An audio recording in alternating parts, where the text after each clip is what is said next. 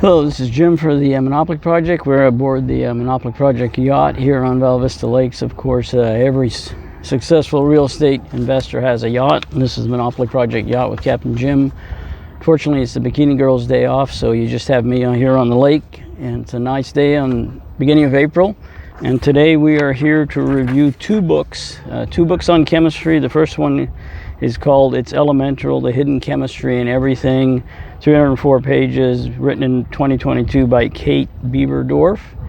And it's a look at chemistry from everyday applications. And the second book is called The Medieval Canon from 1326 to 1494.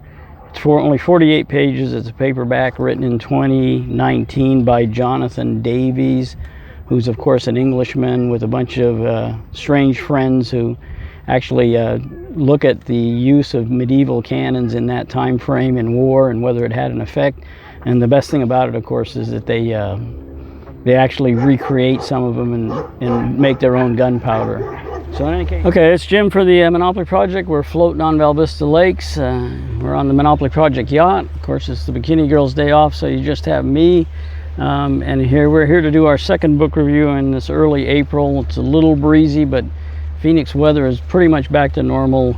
It's not raining like it was a few days ago, and so we're back to normal here. Today we're going to review the second book, The Medieval Canon from 1326 to 1494, written by Jonathan Davies.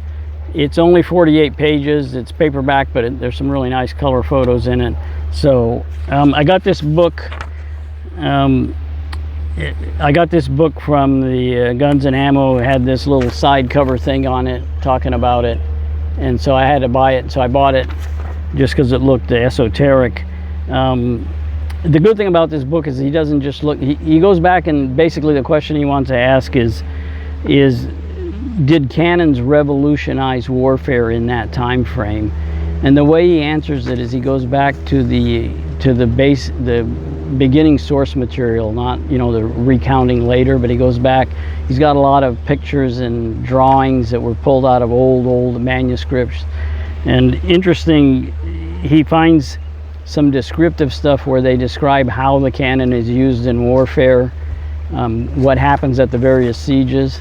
But the more interesting thing is that a lot of his references are financial, where he finds an invoice that was written out to some guy for so many cannons, for so many pounds, pen figs and this and that. And he of course uses the native English pounds, or even in Italy he uses the florins or whatever. And of course you have no basis for what those numbers mean, because there's no conversion table into what he means in real-time American dollars and cents. But it is interesting.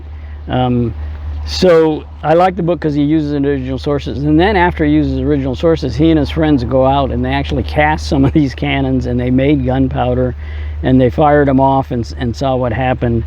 So his main question, like I said, is did cannons revolutionize warfare?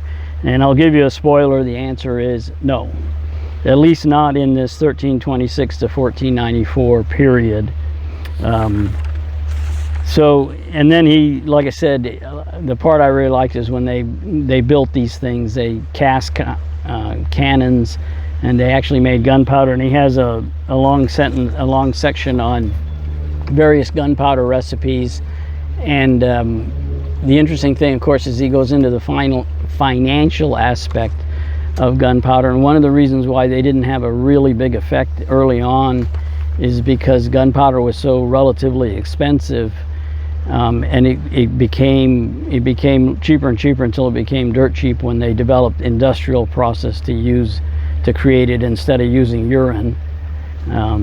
So it's interesting because they actually went off and made this gunpowder and saw how it worked, and they said it did work relatively well. Interesting, my friend Peter and I, when we were younger, I don't know how old we were, when we were 8 or 10 or 12, and we actually made some gunpowder in Peter's mother's oven when she wasn't around. And so we actually went, I guess you could go to Radio Shack then and buy basic chemicals like sodium nitrate, charcoal obviously, and elemental sulfur, and we just mixed it together and ground it up and made it into a paste and then dried it in the oven. Probably not a smart idea, but as you can see, we survived. So in any case, I found the book it's a very interesting book, and like I said, it's lots of nice color pictures, and only in England can you find people like Davies and his friends who go off and do these weird things. Americans don't seem to do stuff like that. They seem to do other crazy stuff, but not these historical things. So for the Monopoly Project, those are our 2 book reviews. We thank everybody, and we will see you on the next book review for the Monopoly Project.